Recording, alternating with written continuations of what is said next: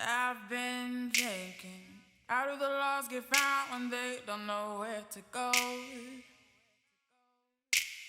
And I've been shaking, not many more twists and turns before I find the road. And I've been hoping for sunrise. Welcome to the Purpose Podcast with Dr. Jazz, where I'm your host, Dr. Jazz, and we journey to purpose together. And this week, I have with me Willie Tarver III. That's right, Willie That Tarver. is correct. Okay. And I'm going to read his bio. And as y'all know, I don't do those gimmicks and stuff. We just get right to it. So let me read y'all who Willie Tarver III is. Willie is an Atlanta native who started in the architecture and design industry at 18 years old. He has over 17 years of residential and commercial design experience and excelled quickly, moving through the ranks at a reputable commercial architecture firm. At the young age of 20, Willie found his passion within the industry, residential design. After gaining experience with several high-end residential firms, Intent Design was launched. Intent Design is now a flourishing and thriving competitive business in the industry. His skill set, knowledge, and passion grow stronger every day, driving him to provide fresh and innovative design ideas to his impressive clientele. Welcome, Willie. Thank you. I'm glad Welcome to to be here. I appreciate it. I know the edit that y'all hear of his bio, I had to do that 3 times. I don't know what about the words inventive. They don't even say inventive, innovative, thriving, flourishing. I was struggling, y'all, but we here. We made it. Hey, it sounds good to me. I didn't even know all that stuff about myself, so it's That's funny hearing it. I'm like, oh shoot, he sound like he good. you. You was like, yeah, that's me. That's what you should say. That's me. That is me. That's me. So let's jump into the podcast. The first question I ask everybody that's on the podcast is, what does purpose mean to you? A very good question. I think it means a lot of things, but to give somewhat of a direct or quick answer, I would say purpose is the thing that you do in the world on a day-to-day basis that positively impacts and blesses and benefits others. That is your purpose. That is probably one of the most succinct definitions I've ever heard on this podcast. Every definition is totally different. So you said something that you do on a day-to-day basis that blesses other people, serves other people, and what was the other one? And benefits. So benefits, blesses, and serves other people consistently. So I would say that if you had to say, what is your purpose? I think your gift leads you to your purpose. And from your gifting, you can operate in whatever that purpose is. And I think God puts us on this earth for our purpose to be able to engage and benefit and bless others with opportunity, love, wisdom, knowledge. So many things that life provides. But yeah, I think your purpose as a baseline in the simplest of forms is it's what you're doing to benefit or help other people. So there's a couple things that I want to ask you more about. So there are people that are listening to this podcast that are trying to figure this out, right? Like tagline is let's journey together, And I think the thing that you said, two things that I want to talk about is that it's day to day and that it's like your gift leads you to your purpose, but your gift is not your purpose. And that's correct. Interesting because we've had episodes where people are like, no, the gift is the purpose, So I'm wondering your take on, let's start there and then let's end with the day-to-day, because I think that's an interesting, I think you're in an interesting position that you get to do it day by day, but so many people don't. So anyway, right. So why do you think gifts and purpose are different? Can you tell me the difference between the two? So I think what and I'm going to import a little bit of biblical function with this. But your gift it's your talent, it's your ability, it's the thing that God gives you, right? So let's just say if you're 7 foot tall, that's a gift. You can't buy it, you can't, a lot of people are buying things today in life. You know that you can get calf extension surgery? Yeah, well, yeah, it's weird now, but I'm just using it in an objective sense, right? You can't buy, you can't earn it. It's just something you were born with, you're blessed with. So when you have a specific talent or skill set, or you flourish naturally in something, I think that's a gift. And then your gift allows you to maneuver and operate in certain things. So like, for example, I use myself as an example. One of my gifts is architecture. I love it. I've excelled at it to a degree in many senses where I almost don't even have to try as far as the talent and the skill set. Now, I do work at it. I have worked at it. I've cultivated that talent, which I believe you need to do and you have to do. But once you have this talent, this gifting, if you will, architecture is not my purpose. My purpose actually is giving back to kids.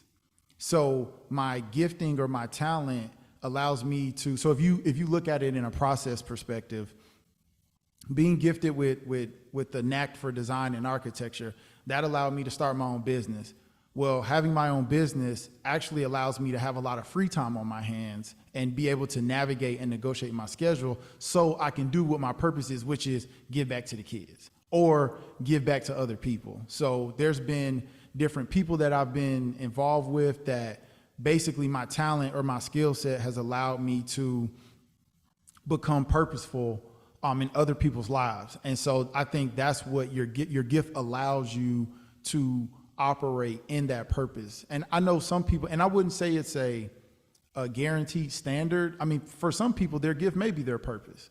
And I don't disagree with that. I just know for me and in many other situations, your gift, even though it's this great thing and it impacts people, like I would say doing high-end residential design impacts people all the time, ever since I've, started this journey. So, but when you're talking about purpose, like what gives God glory and what benefits and allows other people to function and operate as well, I think that's when you start to walk in that purpose of impacting people. So I just use my gift to allow me to impact others.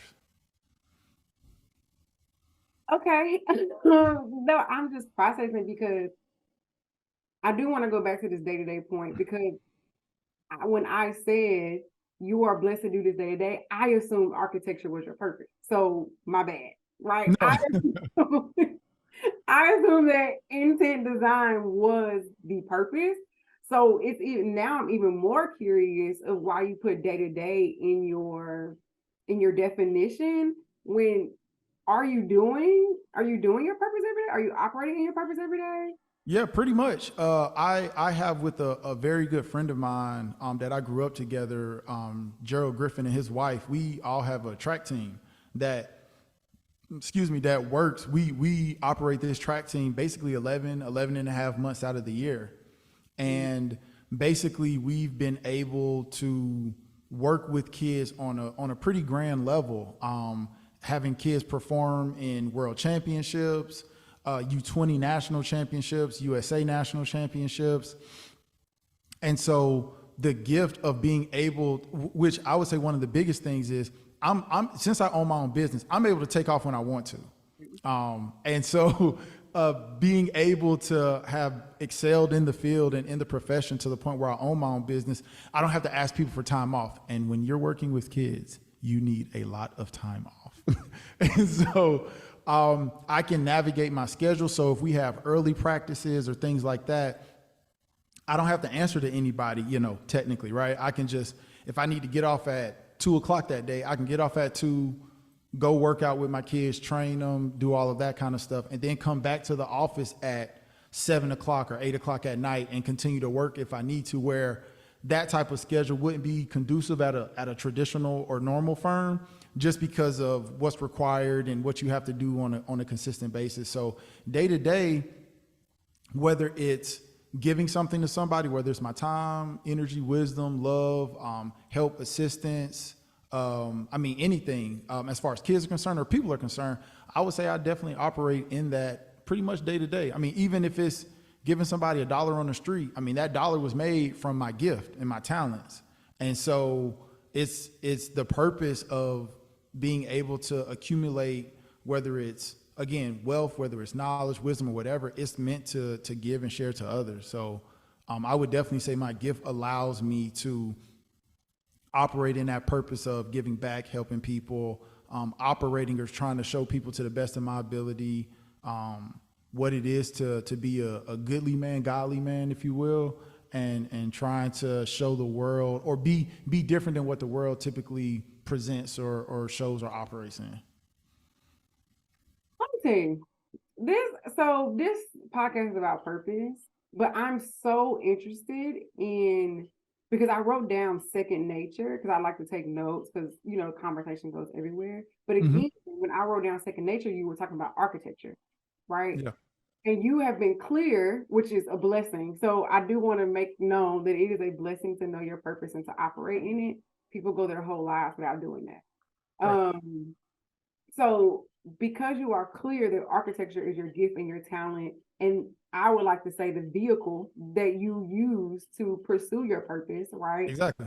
But I noticed the purpose podcast, but I want to talk about the vehicle because that's so interesting to me that that they are different. That they serve, for lack of better words, different purposes in your life, but you still worked at it, right? Because I wrote down second nature because you were like, let me tell you what I think happened. I'm assuming you look at a piece of land and somebody says, this is what I want. And then like 30 minutes later, you're like, okay, this how like in my brain, when you said I don't have to work at it, like, so he gonna redo my house shower when I get rich. So in my brain, you're gonna come into my house and you're gonna be like, Jasmine, we're gonna move the shower here, we're gonna put the new counter there, and then you're gonna walk out my house and then your people are gonna come do it. Right. So when you say second nature, I'm assuming that it comes to you quickly. It does. It comes to me quickly from experience, but it really, so I tell people, and this is the honest to God truth. When people ask me like, how do I do what I do? I tell people that I'm actually I'm a lazy Christian, and I'm explaining what I mean when I say that. I'm explaining what I mean. So when I'm designing a house, whether it's a $5 million house, 15,000 square foot house, a dog house, whatever it is, I tell people what I say is the following. I will sit in front of my drafting table and I'll be like, Holy Spirit, show me what to draw. And I don't like do all this extra research. I mean, don't get me wrong. I have a library of books and things that I can use and pull from.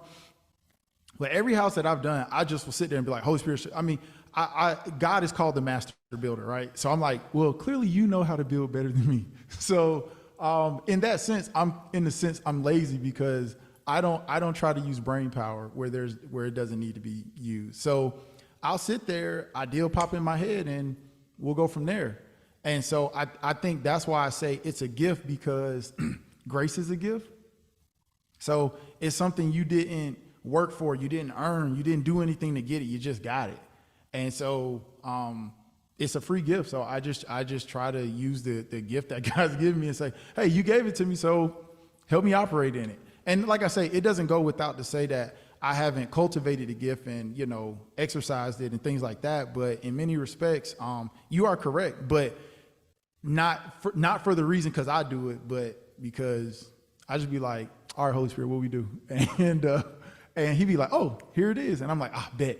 And then I just go to work then and do what I do. So yeah, but that from the perspective of what you're saying, I definitely use my gift as the vehicle to get me to be able to do what else I enjoy and want to do. So I'm adamant at my gift because I love architecture. I love my, like I have, I'm sure we both know Isaiah, like he loves to sing. Like so you love doing what you do. You know what I'm saying? You love your gift.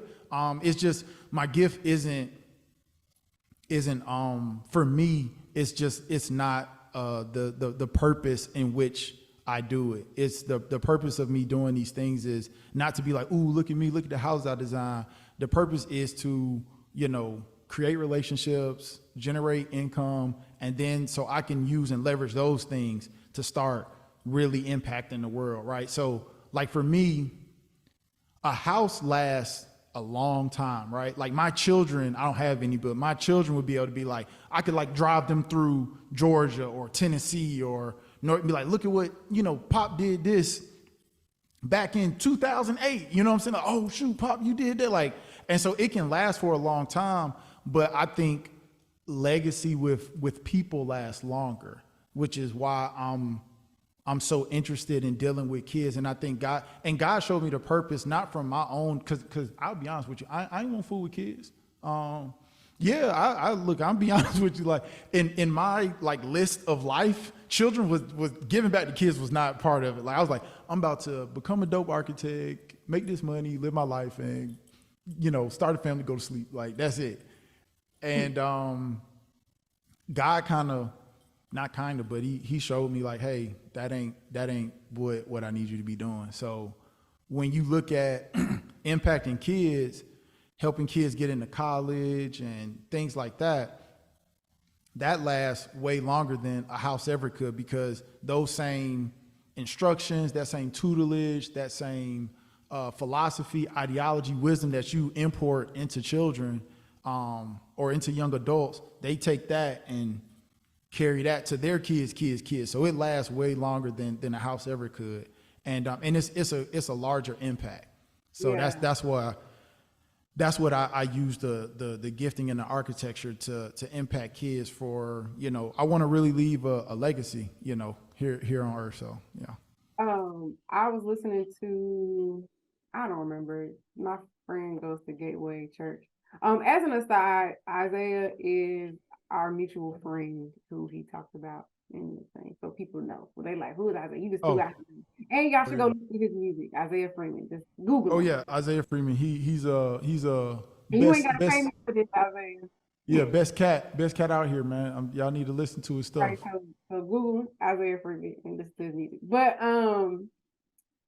I was listening to a sermon on the way to work today, and the guy mentioned how one of his friends just say all the time, it's all gonna burn.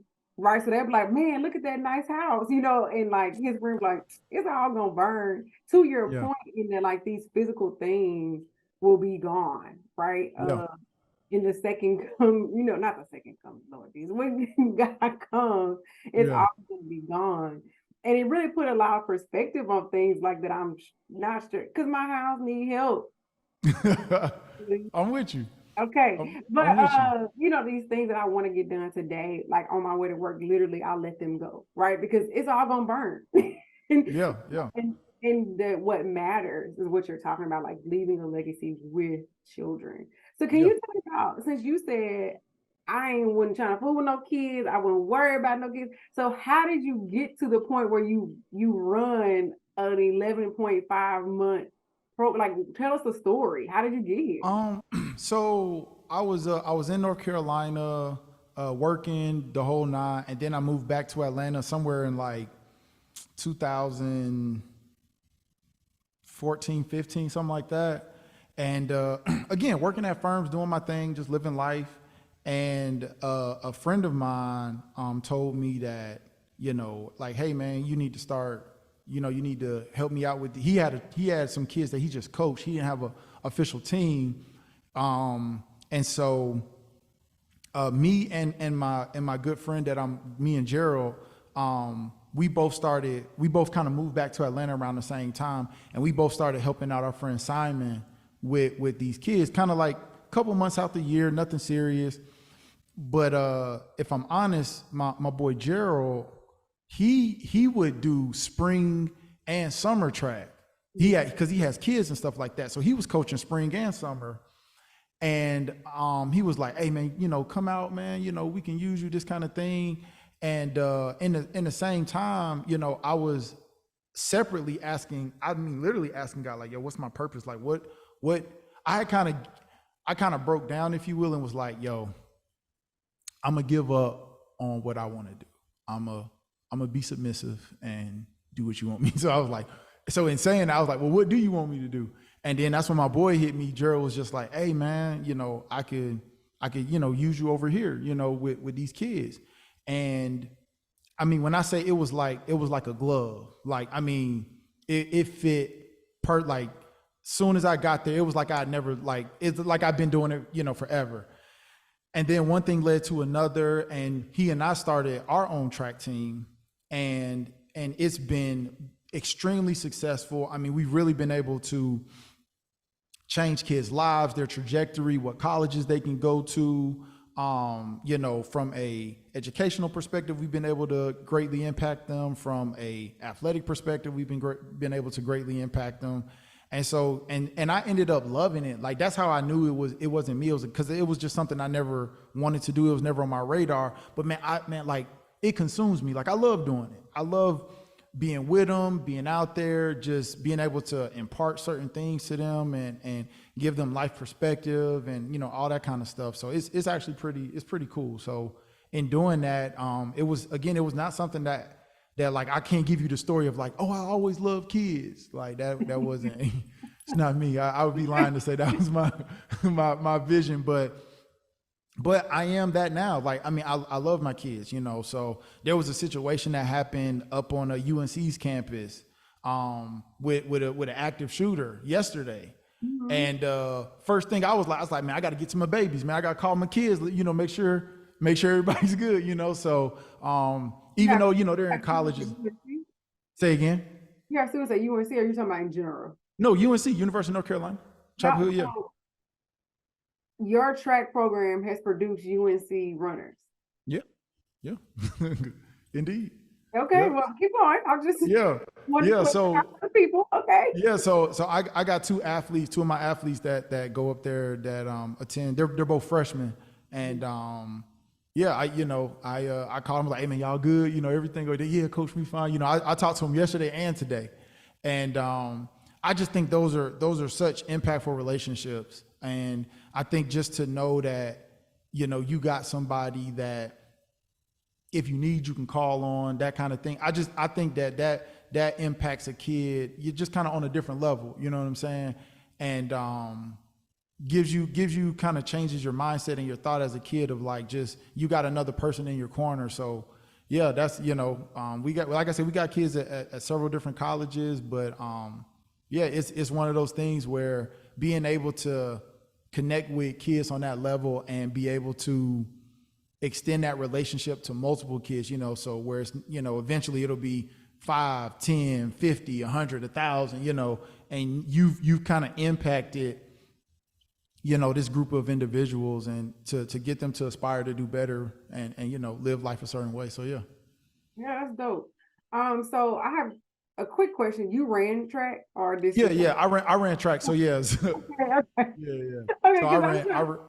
Yeah. Okay, so I ran track all my life since I was 5. Even now I run a master circuit. So I literally was in Poland in March, and I got 17th in the world in the so it was my first year back. I took like. But I don't know what a master circuit is. Can you take a step back? What is a master circuit? So you have different levels of track. So you have like the amateur or the junior levels, which are like kids, you know, from like 5 to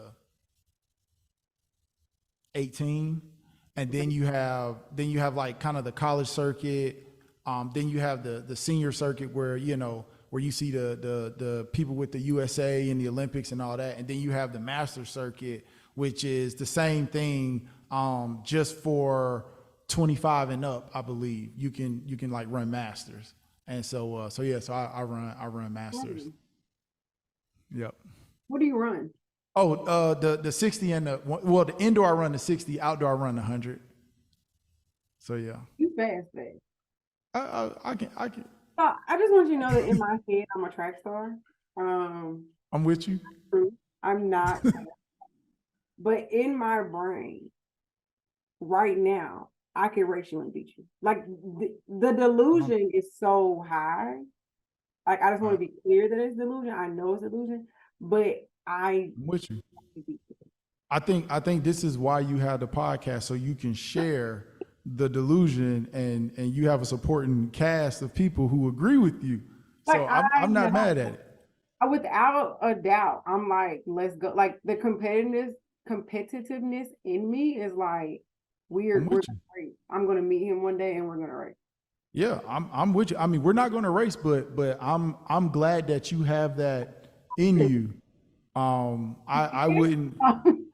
I would not do you the disservice. I will let you, because I want you to keep thinking that you can win. So I don't want to actually beat you in real life and break down the delusion.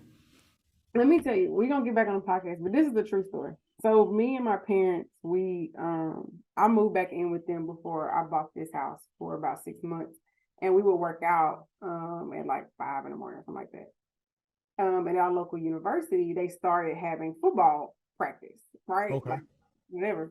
And they were running sprints one day. I'm telling you where the delusion is coming from. I'm with you. And so I'm walking around with my dad, and I was like, I bet I could beat them. And my dad, without skipping a beat, was like, I bet you could too. That's what the delusion. Wow. When you have a daughter, you have to pump her head up. My daddy told me I can do anything because I'm a wife. Oh, okay. Okay. Like, so I have carried that delusion with me. So does I'm just curious. I'm going to just insert. Does this mean that he has founded your delusion? He's kind of created. He's laid the groundwork for the delusion. Got you. No, like I literally grew up thinking I could do anything. I'm with you. I'm with you. Thing like, and I low key still believe that. I'm telling you that competitiveness in me was like 17th in the world. I could do that. Like that. It's crazy. I'm with you. I believe. Mm-hmm. I believe that me and Steph Curry, like I ain't gonna win, but he not gonna beat me bad. Like that's how my brain works. Like so like in a game to 11, like you like I'm gonna score at least about 5 or 6. Exactly. Right. Like it's not gonna be 11. I think your next person on the podcast should be a therapist, so they can some counseling. I think that should be after me. The next person up is just, hey, and I think you tell them everything you just told me. You're like, hey, I think in my brain, I can do this. And just what therapists will say, they'll use words like unpacking. They'll be like, well, let's unpack this. But the thing is, I'm very self-aware. I understand where my delusion originated. I understand what the limits of it are. I understand all of it. I'm with you. But the fact that it's there, that's going to be the concerning part. They're going to be like, okay, we got a little, and I mean, look, we all need it, right? I've gone, it's everybody. You do. You need help. You need a little bit, because if you don't have it, you will believe that you can't do anything.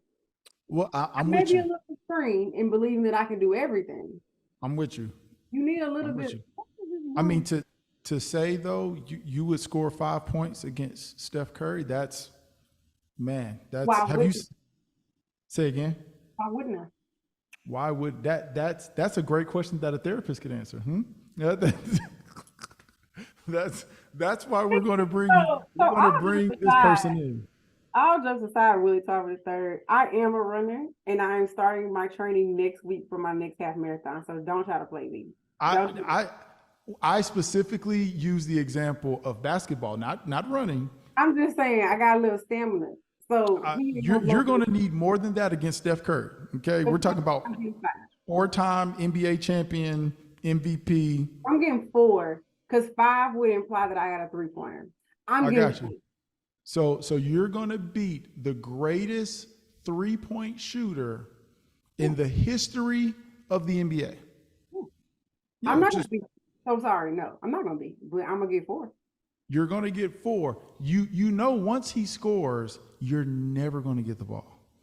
You don't know that because I have stamina. That's what I'm saying. You making it seem like this is about to be the quickest circles around me. No. This is going to be the quickest one-on-one game of your life. I hope you know that. Like he's going to stand in. Disrespected on my own podcast because just out of curiosity. See what we let's circle back to some good stuff here, right? Mm-hmm. We talked about purpose. I feel like my purpose now is to tell you the truth. See, the truth will make you free, right? That's will we both agree on that? The truth can make a person. Just out of curiosity, how tall are you? 5 what? You want the truth? We're talking truth. What just out of matter of fact, I'm gonna let you give yourself 2 inches. I actually don't know how tall I am, but I'm in between 5'5" and 5'6". Okay, see the fact that you don't know. See, that's again, we got to see that this Steph Curry is 6'4". Okay, But see, so the thing what you don't realize about delusion mhm. is that you explaining all this means nothing to me. I What is know, that's why it's called delusion. I'm glad that that means you're nothing. able to recognize this. You say you're a doctor? Yeah, we need another doctor. We need another doctor to come on. I'm not the anyway, back to the podcast. We took a detour. Just know me and Willie Tarver III are gonna race whether he wants to or not. He's gonna beat me, but he's not gonna beat me by a landslide. That's the point I'm trying to make. I'll beat me by a landslide. All Well, right. let's race 2 feet so we can keep that true, huh? That we're just gonna race. That's it, and you're right. You won't get beat by. You'll just get beat. Not by. I'm with you. There you go. See, I'm here with you in the delusion. You're not gonna lose by a landslide because it's gonna be so short. So we're here. I'm helping people. Let me help you. So, that's what we're doing. See you in Poland next year. All right. So my question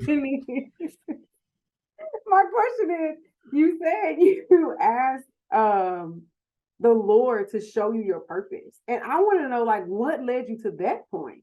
Because you kind of just skipped to, I was like, man, forget it, God. I'm submitting to your will. Like you just skipped to that part of the story. What led to that? What was going on for you to be like, you know what, God is Maybe 2 things. I think one, just relationship. I think when relationship with God. with God, yeah. So I think what happens a lot of time is when you start kicking it with him and y'all start hanging, you just naturally start to absorb his characteristics. And so it's weird because you stop wanting what you want. You start wanting, it's like, it's a great thing, but it sucks too sometimes. Like when you say it out loud, you like, I want to do this over here, but I'm gonna do this over, like I always tell people, I use this example all the time. He's my godfather, but I call him my Uncle Joe. And I knew from birth till now, as a 36-year-old grown man, if I'm hanging out with my uncle, and we have a great relationship, he's basically been like a father. He is like a father to me, right? But I know from when I was, since I can remember, because he's always been there, whenever I'm with Uncle Joe, everything's taken care of. Like, I ain't got to worry about nothing. I just like, I'm gonna be taken. And I think a lot of like the way I see things and his traits just rubbed off on me just from hanging out and kicking it and just, talking and stuff like that. And I think it's the same thing with God. Like when you just start hanging with him, you just start getting these characteristics and these traits. So it was through relationship mostly. Like I was a selfish, arrogant prick, and God worked on me. And I was stingy. I wasn't compassionate. I didn't care about people. Like I was just this dude who was like, yeah, man, I'm gonna get, because that's kind of like my upbringing where I'm, like it was about me kind of thing. I had to get what I can get, how I got it. And just after just realizing like, yo, just wanting to hang out and kick it with them, I just started changing, honestly. And it started going from what do I want to how can I help other people, or how can I benefit someone else who's not currently in the situation that I'm in. And I think when you start looking at things like that objectively, you start to realize real quick, like somebody gave you a chance, somebody gave you an opportunity, somebody helped you. So why not, extend that to someone else and do it in a godly way. So yeah, it was just I would say the big reason is I know I said 2, but the big reason I would just say just from relationship and just wanting to be able to operate and function, like you say, in that purpose, right? Like what am I would argue against the fact that God put me on this earth to design nice houses. Like I would have to fight against that one. Like, I mean, it's a great thing to do. I think it's cool, right? Like it's dope, but to just sit here and say like the only reason for me being born is to design dope cribs, I would have to disagree emphatically against that. So there got to be more to life. So you start asking, it's like like we were talking earlier, right? You start asking these philosophical questions, like why, what for, what's the reason? And, so you start asking some of these baseline questions, and as they say, asking you shall receive, right? so yeah, that's kind of how it happened. Yeah. So my question, because I think that's interesting that you will argue against that you're not here to make beautiful homes, right? This successful, flourishing, thriving, competitive business in the industry, you don't feel as if you were here to do that. And I think that's interesting because I would disagree a little bit. I'm with you. And only because, not because I believe that it's your purpose, but I believe that our gifts are supposed to do the same thing our purpose is, but we're not supposed to find identity in it, if that makes sense. I rock with you. So let's take what you said and let's take it further. Your gift allows you to journey to your purpose, right? So no, I do agree. I'm not Willie the architect, right? Like that's not who I am. But it is what I do, right? And so when you start trying to, because I think it's a hard split between when you start trying to separate who you are and what you do. Like, how does this, because we attach them so much. So when someone asks you like, who are you? You typically shoot out your profession, right? Or, or what you're doing in the moment. I'm a college student. I'm a nurse, doctor, lawyer, dentist, construction work, because we're taught identity is us. And just the Bible speaks against it. It says your identity is in Christ. So I would say, again, I've been gifted to be a great residential designer and design massive homes and be able to do that. But yeah, I definitely don't find identity. I did at one point when I was younger and immature and I think you're supposed to at some point. I think you're supposed to find identity in your gift, because at that point, that's all you can latch on to. Like your gifts are your gifts. I don't think you've, at a certain age or a certain point or a certain maturity level, I don't even think you're supposed to arguably know what your purpose is, right? I think you're refining and honing your gifts, right? So you can get to a certain point, right? Like when you look at, anybody, right, in the Bible, like you look at David, like David was fighting a lion and a bear and all of that before he fought Goliath, right? So he's like, he was getting this skill set right. You know what I'm saying? Like, so God didn't just say, go fight Goliath. Like it wasn't, he didn't just throw him out there.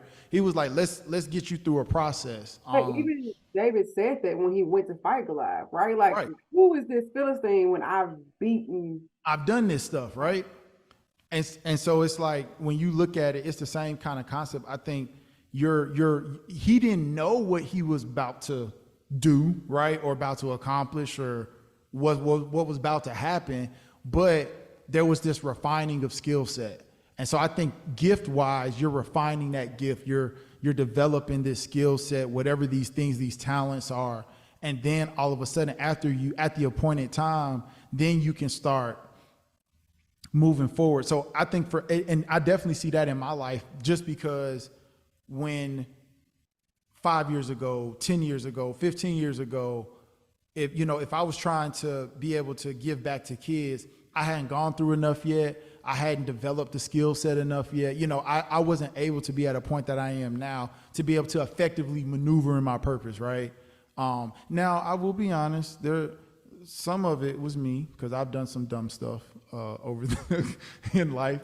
And so all of it wasn't just, oh, you need to develop. Some of it was me setting my own self back, doing stupid stuff and not being wise. I think that's part of it, right? Like, yeah. And I know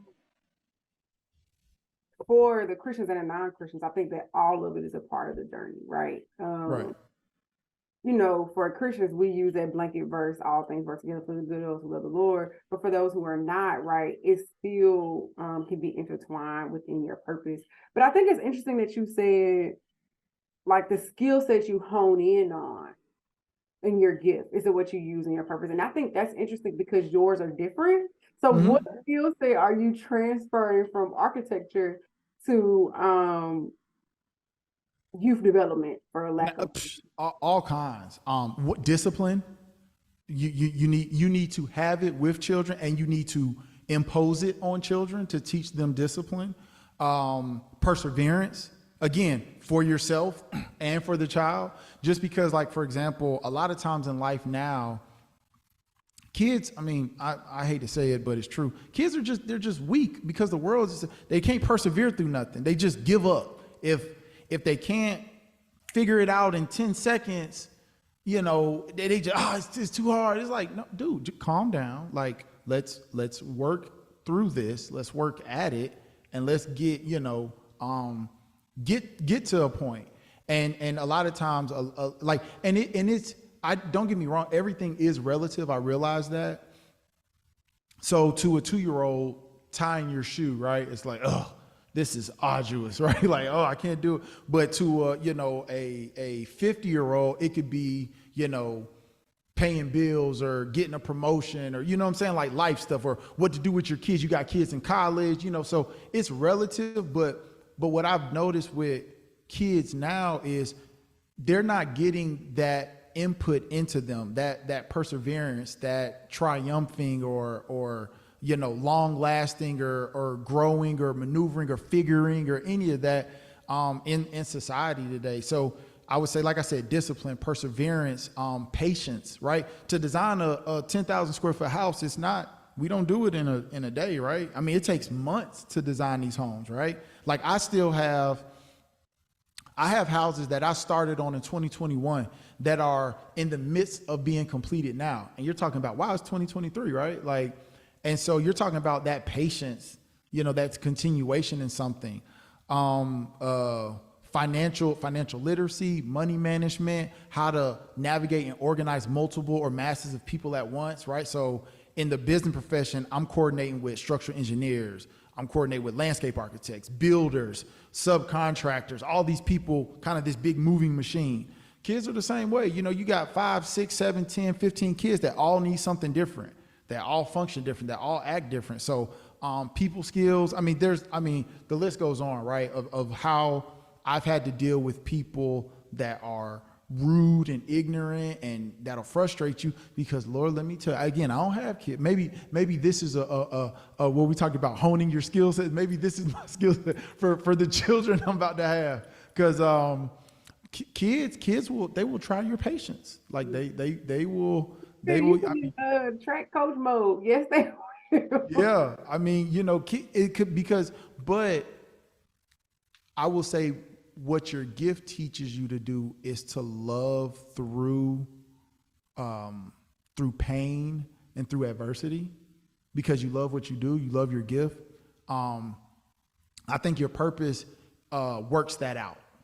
So when you're operating in your purpose, you are loving your kids. You are because you love what you're doing for them. That love and that expression of love, it allows you to continue through the hardships and the adversity that, you know, that life brings in situations. So yeah.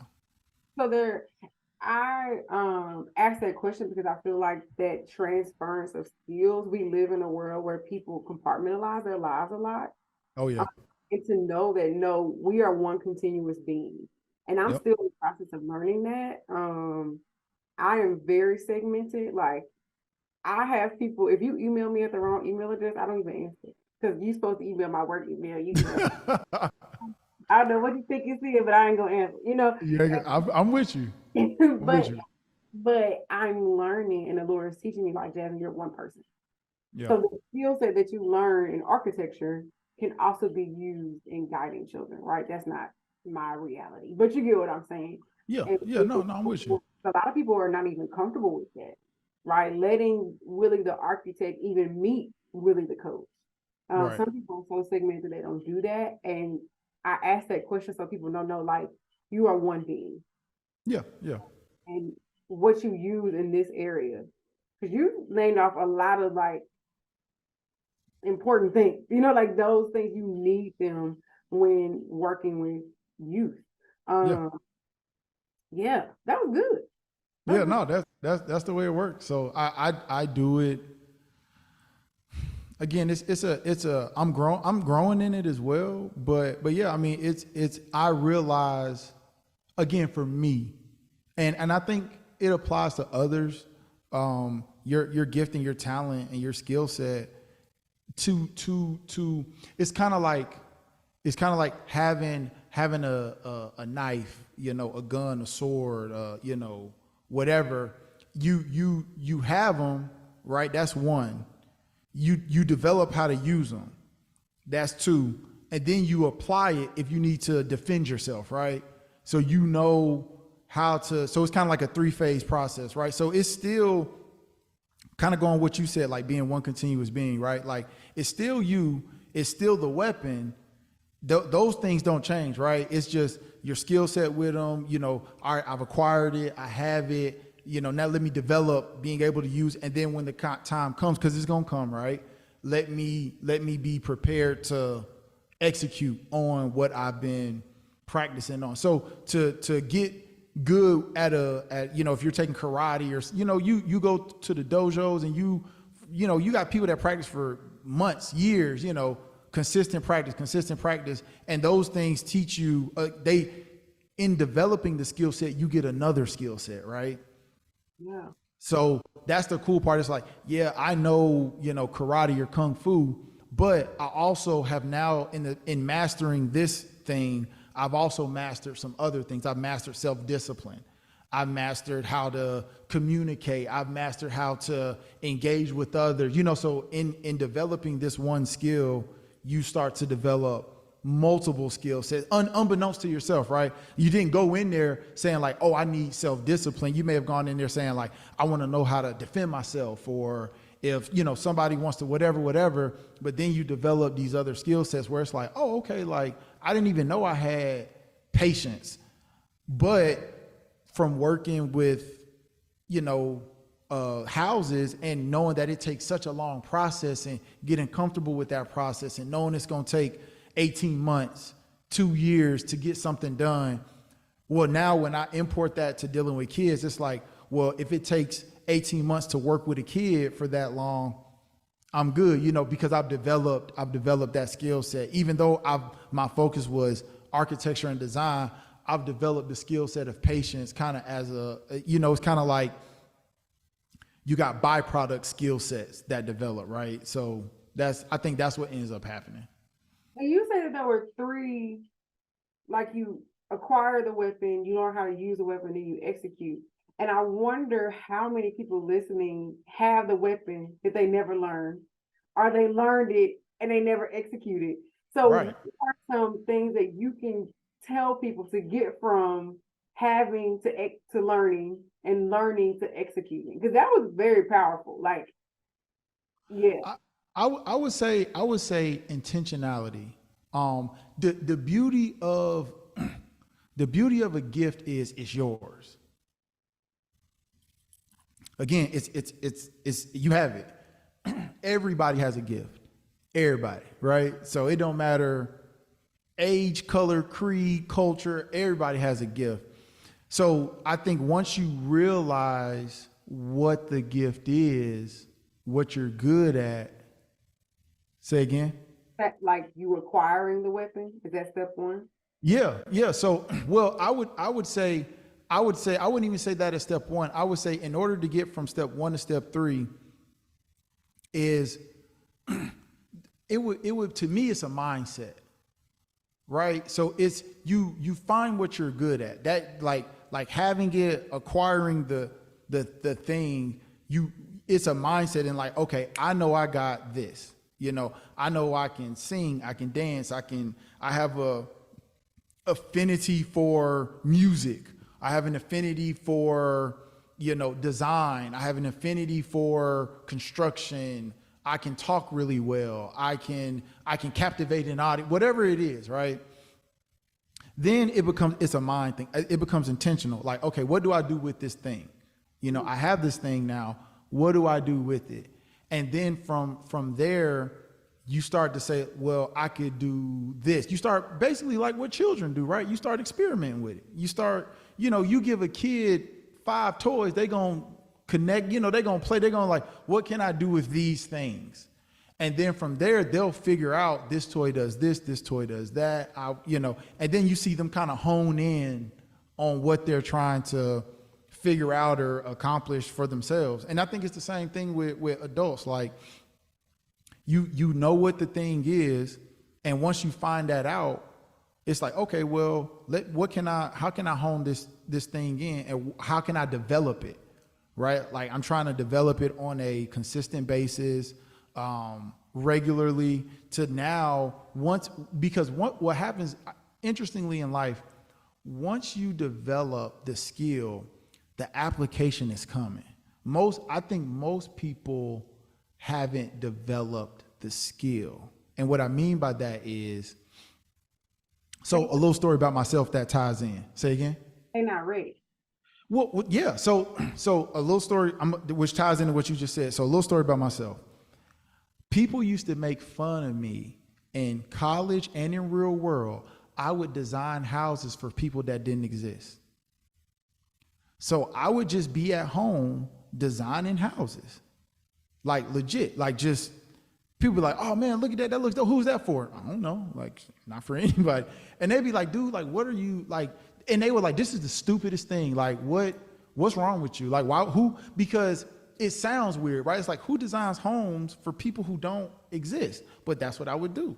And I did it so much so that I was able to use that as my portfolio when I went into these firms. And so the interesting part is they never ask who you did it for. They just want to see that you did it. Okay. So they never said like, you designed this house. Who was this house for? No, they just say like, can you, oh man, this is great. Like, oh, this is amazing. Oh, this is one. So I was designing all these houses. They thought that I did it for a person. I never told them I didn't do it for anybody. They just said, let me see your portfolio. Here you go. This is my portfolio that I did myself for my imaginary clients. And fast forward, 15 years, 20 years later, I'm doing it in real life for real people. And so I think that's where a disconnect sometimes comes into play. Like you said, it kind of goes back to what you said, like people aren't ready in that sense. So it's like, you're not going to be able to get the opportunity if you don't got the skill set and you haven't properly used it. Like, okay, well, I know that if like I say God is he's a very practical dude, right? He's going to say, because he's he knows everything. He's going to say, well, if I put them in this avenue, it's going to demand that they be at this level, that they work this much, that they function and operate at these times and do all of these. So all of these demands are going to be put on this individual. Well, for them to be able to facilitate all these demands, I need them at 100%. Well, right now they're only 75. So people don't use the scripture this way, but the whole, he'll never give you more than you can bear. It doesn't just work in the negative. It works in the positive too. Like people say it like negative, like when you're going through something. Well, it works in the same way in the positive. Like why would God set you up for something he know you're going to fail at? You know what I'm saying? And so it's kind of like that type of process, like him saying, well, you ain't ready. So I would be unloving to give you something I know you're not prepared for. And so I think that's what happens a lot of times with us as people. We want the end result. We want the thing, the this, the that, the house, the car, whatever people want in life. And you can't get the big promotion, not because he don't want you to have it.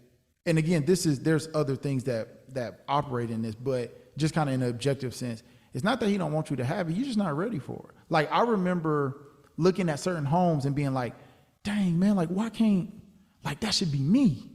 And God be like, no, it ain't. Like, sir, you ain't designed nothing close to that yet. Like what you would mess that up. Like, I mean, you would get up in there, get sued, the clients hate, like your name would be mud. And I had to come to the realization that that's actually true. Like, I wasn't ready for it. I may have wanted it. I want to design these massive homes. I would love to do that. And God was like, no, I want you to do it too. But bruh, you got to go through the process. And it's kind of going back to what we said earlier, like your gift, your skill set, your talent allows you to make that journey, right? Like you can journey with the skill set and the talents that you have. And I think that's what a lot of people don't want to do, is go through that journey of honing the skill set, making it better, developing it, and then getting to the end result or to the process. And so, yeah, I would say if we said, from the acquisition to the refining or honing to using it, most people have the first part. I mean, all people have the first part. Like, what is it? You got the thing. What makes you, you? What are you good at? What do you love to do? What do you enjoy? What do you have fun doing? Oh, I have fun and love doing X. Okay. God is like, I gave you 1 out of the 3. So you're 33% there already. Like, I gave you the first part. The second part, I think, is where people fail is, oh, well, now that I have the skills, well, now you got to start working on it. And most people, they don't want to work on it. It's like, yeah, but, my cousin and, Ray and them, they was talking and I can't, and everybody got a story. Everybody got an excuse. We all done been through stuff. And it's just up to you, I think, if you want to hone in on that skill set to be able to properly use it, right? Like a gun can be used for plenty of things. A hammer, as they say, can be used to build or destroy. Mm-hmm. What do you want to use it for? And I think if we were to start thinking about it in that perspective, like, I got this skill set, I got this talent, man, let me hone in on it and get good. Like, you got people like linguists, like that to me is one of the most fascinating things to me. Like, people who can speak like 6, 7, 8, 9, like clearly that's a talent. Like, I barely can speak English. Like, you got people that can speak multiple languages and they can just do it like at the drop of a, like they just got it. And you got people who are like, yeah, I work for, the UN and I'm a international such and such. And you be like, dang, yo, that's a dope job. Like, oh yeah, I can speak 10 languages. It's like, yo, that's crazy. But they've been working at it. Or people who play instruments. Like, that's another one. Like, they got it. I can play the violin, I can play the cello, I can play the piano. Like, they got the sauce. And you just looking at these people like, dang, yo, this is so dope. Like, how do you even, do that kind of stuff? And it's like they just been working on their craft for a long time. Yeah. And I would like to say also, though, that same vein of everyone has a tool set. You have to be intentional to hone in on it, and then the opportunity will just come. So we were talking about architecture, but you're telling me that's not even your purpose. I think the same thing happened with your purpose, right? Like, you have a skill set toward track, right? You have a skill set.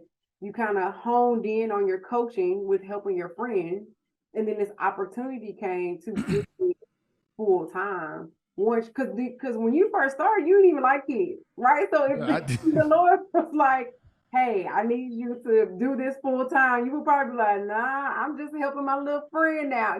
Right. Legit. Like, you wouldn't have jumped on that. But when you honed your skill set of even liking children, like not trying to be funny, that's a skill set. Like, there are distinct groups of kids that I work with that I don't work with. Like, I work with kindergartners, and I jump all the way to high school. Anybody in the middle, I don't want, right? Like, I'm very clear. If you throwing me in the classroom, I need the kindergartners, or I need anyway. But I guess they act like kindergarten. I don't know. But but I know that about myself, right? Like, I've honed in on my skills with youth, and I know who are my people. And so when opportunities come, because opportunities come all the time, just, do you want to speak to these youth, like blah, blah, blah, it's always high school students, or I'm thrown in like a toddler classroom, right? It just happens that way. Right. Opportunities would be there if I didn't know that about myself. And I think it's important when it comes to purpose. Like, yes, from a Christian perspective, it is what God has for you, but you still have to learn yourself within that. Exactly. Purposes are similar, right? Like, I also work with kids, but I don't work with kids the way you do. Right. And I think it's important to know, because I am not running in Poland and number 17 in the world. Track is not how I would, talk to you, right? Right. Being able to be clear in that, I think is a blessing, right? That I have honed in on my skills of coaching so much so that I have gotten student athlete scholarships to UNC, right? Like, and that is my vein. That is what I do. And I Yeah. think it's good to know that. And I think a lot of people are, I don't want to use the word stuck, but that might be the word stuck in section one. I have this skill. I know how to run track. I'm pretty good at it now, Yeah. and Yeah. the reality part of let me figure out what to do, which is when when you went to God and was like, hey, I think it's interesting that I meant to bring this up a long time ago. I think it's interesting that you were like, I was a prick. Because I cannot imagine, I've only met you, I've only known you for an hour and a half, but I Yeah. cannot imagine you being a prick. That's so funny to me. But I'm still working, but yeah, I was a different man. so I'm saying all that to say you have honed in even on that part, right? Like you can't be a prick and work with kids. You will make No, them you can't. they will not come back. They will not No. Coach, what do they call you? Coach Willie? Coach TJ. Coach Yeah. TJ. They do not, they Yeah. ain't not, they gonna be like, Mama, no. Coach TJ Yeah. is, he mean. And even having to hone in on the parts, because our character matters. And I think a lot of people who are gifted don't think that they have their character matter. That Yeah. I'm really good at coaching track, so that's what should matter. But no, like, and you talked about like God and how he opens the door for you. If you don't have the character to match, that door is gonna close. Right. Straight up. Like Straight up. that, it's gonna be slammed in your face. I just was interested in the way you put those pieces together. And I want Yeah. to wrap them up with your purpose. Yeah. Purpose. No, I mean, I would say that I heard the quote from Samuel L. Jackson. And my uncle Leon says it to me as well. And those are only two men that I've ever heard. I'm sure other people say it, but they said success, the definition of success is it's a long awaited meeting between opportunity and preparation. Like that's success. And so plenty of people will get, one or the two, like some people will have the preparation, some people may have an opportunity, but they're not ready for it. And I think that's what I've been able to experience to some degree in my life of having success, like being prepared enough to be able to take advantage of the opportunity that is presented before me. And I think that's pretty cool, in taking a step back sometimes and just looking at my life and things that have happened, the good, the bad. I think, being able to say, hey, here's an opportunity and I can jump on this opportunity just because I'm prepared to take it. Like funny enough, today, I got approached by a fellow colleague in the industry that wants me to work, ironically, on a church. And he was like, hey man, we only want to use you. And that's an opportunity. But if I wasn't prepared for it, then I wouldn't be able to take advantage of it. Right. And so, I think I know I'm going through kind of an interesting point, like in life and my career and kind of overcoming some struggles and things like that. But I think in that God is still showing me like, here's opportunity. Like you're prepared for it, take the opportunity and walk in that. And that's with anything. I don't think it's just with your job. I think it's with, again, kids, family, relationships, friends, anything. I mean, whatever it is, when you have the opportunity, it's like, are you prepared to? And that's why I think that if you want to look at preparation as in that refining or honing that skill set and that talent, right? Because I can come to you to, and say, hey, I got this thing for you. And you could be like, I would, but I ain't even really. No, I'm ready. Yeah, what I'm saying? Exactly, right? You know what I'm saying? And Whatever. so it's like, as long as you're ready, you know what I'm saying? And I think there's a truth to being prepared that we don't like to identify as people. Like, I think a lot of times people are like, I think we focus on the why am I not, or why don't I have the thing. And I think the truth a lot of times, and this isn't for everybody, right? This is just kind of, again, a broad scope. But I would argue over 50% of the time, the person just ain't ready.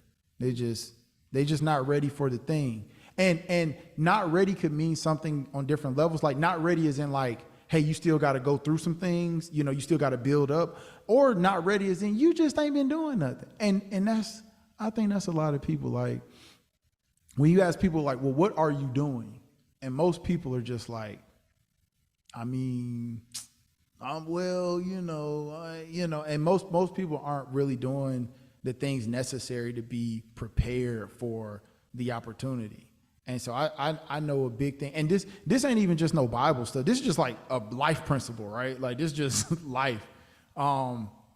Get ready. Like if you get ready, like my uncle used to tell me, he said, if you go outside and just sweep the sidewalk every day, you just sweep the sidewalk. He said, somebody will give you a job. He like that, and I was like, and I was young. I was like, what is he talking about? Like he talking in riddles. Like what does he mean? And what he was saying in that moment was very similar to this. Like if you just go out there and you become the best sidewalk sweeper ever, somebody will come and be like, hey, what you doing? Well, why are you always sweeping the sidewalk? And there goes the opportunity right there. But you were doing something to get ready and take advantage of whatever the opportunity is.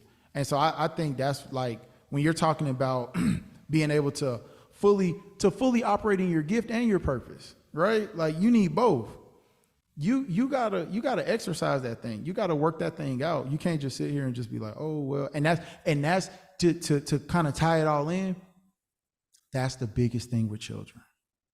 Kids don't work at nothing now. They don't. It's like you gotta like the word. That's why I say I jokingly say this. Even when like I'm talking to Isaiah and you know other friends or whatever, I'm like words are disappearing. Like try, you know, perseverance, you know, work hard, you know, just like these words are like disappearing now in life. Like they're just no one uses the words anymore because when you tell a kid like try. They're like, try, like, I don't know. And they're just, yeah, you know what I'm saying? Like, you're like, try again, or, you know, work at it, or triumph, or persevere, or, you know, whatever these words are of just, it's kind of like this aspect of English language is like disappearing. No one uses, you know, certain words anymore. And when you like, everyone is saying like, it's okay to not try. It's okay to not work. It's okay to, you know, not do this. And it's like, what? Like since when? Mm-hmm. And I think that's where, you know, when you're talking about kids, I always say, I have a saying that I say, you can't complain about it unless you're trying to do something about it. Which is one of the reasons why I do try my best to give back, because we can complain about the kids all day, but who's teaching them or getting them out of these bad habits, right? Like kids don't never try. Like we hear it all the time. Because where I think the older are the generation over us, like our parents or whatever, I think where they failed is they didn't teach it to us. They just called us sorry and lazy. And I don't think our generation was sorry and lazy. I think our generation was just different.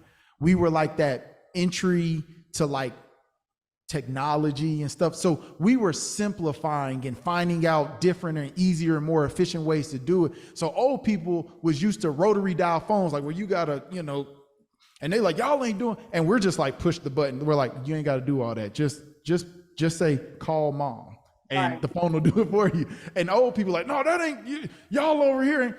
Whereas I think we were willing to work, but they didn't import certain things onto us. And I think we can't continue that same cycle with the younger generation under us, right? Like, oh, y'all don't. When it's like, well, teach me. You know what I'm saying? Like, I would tell old people that, like, you know, they'd be like, well, y'all ain't worth this and that. I'm like, well, dude, show me. If you don't like it, if I ain't do it, like, bro, teach it to me. Like, and then when you tell them that, it's like, you get grumbles and stuff. And so I just didn't want to take that approach with kids. I'm like, you know what? These kids are in a deficit. Instead of complaining about it, let's try and get one. And then let's go from 1 to 2. Let's go from 2 to 4 and so forth and so on. And try and make a little bit of difference where you can, you know what I'm saying? Like, you're not going to get them all right. Like, you ain't going to get every kid, but if you can catch 1, catch 2, catch 5, catch 10, you doing all right. You know what I'm saying? Yeah. Well, thank you, Willie Tarver III, for being here. I don't know why I've been saying your whole name. I don't know why. I don't know, but I'm with it though. It sounds good. I'm so You know what I'm sorry. saying? It makes me sound important. I think I'm important. You know what I'm saying? So my last question I ask at the end of every podcast is, people get nothing else from this podcast and they leave here with one thought. They have listened to us this whole time and they were like, I don't know what that man was talking about. What is the one thing you want them to leave here with? No matter how difficult it gets, man, God got you. Yeah. And that's from personal and recent experience. All righty. So no matter how hard it gets, God got you. God got you. All right. Thank you for being here. Thank you very much. Yeah, this is another episode of the Purpose Podcast with Dr. Jazz, where we journey to purpose together. I'll talk to y'all later. Bye. Thank you for listening to this week's episode of the Purpose Podcast with Dr. Jazz, where we journey to purpose together. If you want to know more information about Willie Tarver III and Intent Design, you can find him at intentid.com. That's intentid.com. It's also in the show notes. And as always, please like, subscribe, share. Let me know what you agreed with, what you didn't agree with. I read every single comment, and I will see you all in 2 weeks. Bye.